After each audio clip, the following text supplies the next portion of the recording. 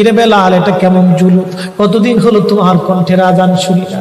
বেলাল রে, তোর কি মন চায় না আমি নবীর জিয়ারতে আসতে?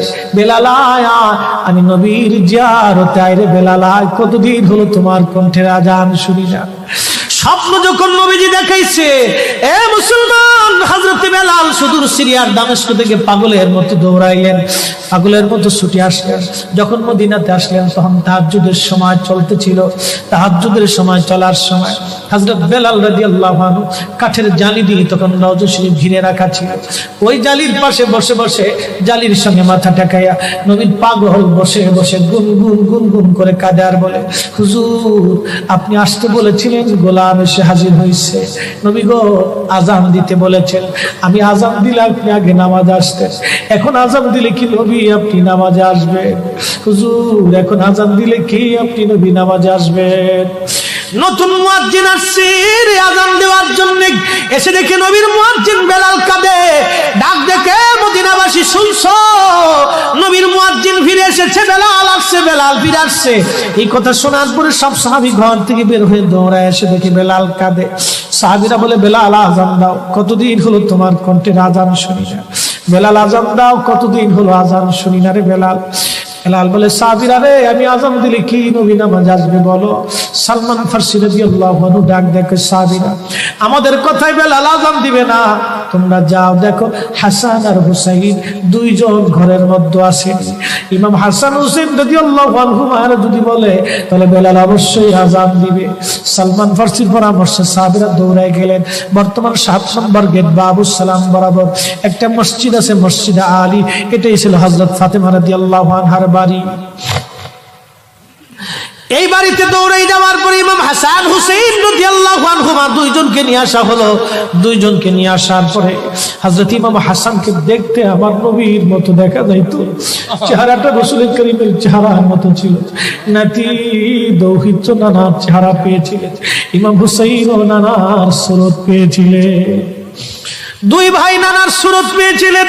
হযরত বেলাল রওজা শরীফ থেকে উঠে হযরতে হাসানের বুকের মধ্যে মাথা ঠেকায় কাঁদতেছে, ইমাম হুসাইনের বুকের মধ্যে মাথা ঠেকায় কাঁদে।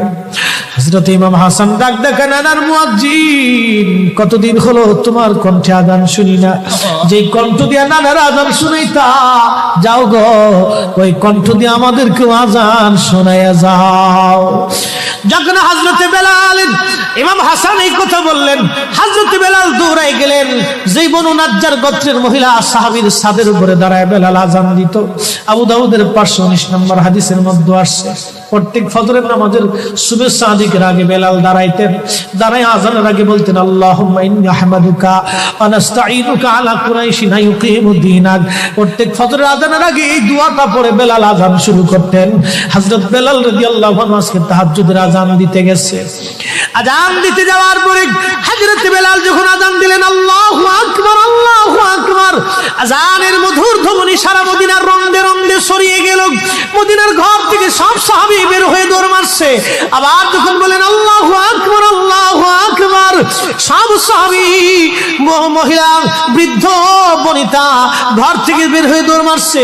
যখন বলল আশহাদু আল্লা ইলাহা ইল্লাল্লাহ, মদিনার ঘর থেকে সব মহিলারা ঘর থেকে বের হয়ে দৌড় মারছে রে, আর কান্না করে, নবী বুঝি ফিরে আসছে রে।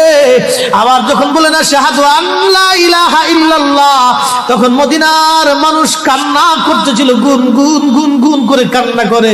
মদিনার ভিতরে আওয়াজ বের হয়ে গেল, নবী বুঝি আসছে রে, নবী বুঝি ফিরে আসছে রে, নবী বুঝি ফিরে আসছে রে, নবী বুঝি আসছে। হযরত বেলাল যখন বলেন আশহাদু আন্না মুহাম্মাদুর রাসূলুল্লাহ, মদিনার মাটিগুলি থরথর থরথর করে কেঁপে উঠছে রে। মদিনার মানুষের কান্না বেড়ে গেল। হযরত বেলাল অজ্ঞান হয়ে জমিনের মধ্যে পড়ে গেলেন, তিনি বেহুশ। নবীর আশিক বেহুশ হয়ে গেলেন। বেলালের মতো আশিক যদি আমরা হইতাম, এ দুনিয়ায় নবীর দেখা পাইতাম, এ দুনিয়ায় নবীর দেখা পাইতাম।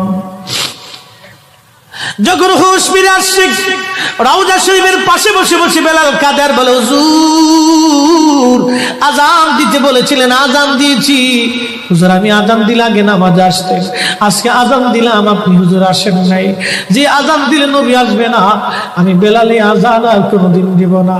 হযরতে বেলাল কিছুদিন পরে কলিজা ফেটে নবীর বিরহ বেদনা সহ্য করতে না পেরে তিনি চলে গিয়েছিলেন পরপারে কলিজা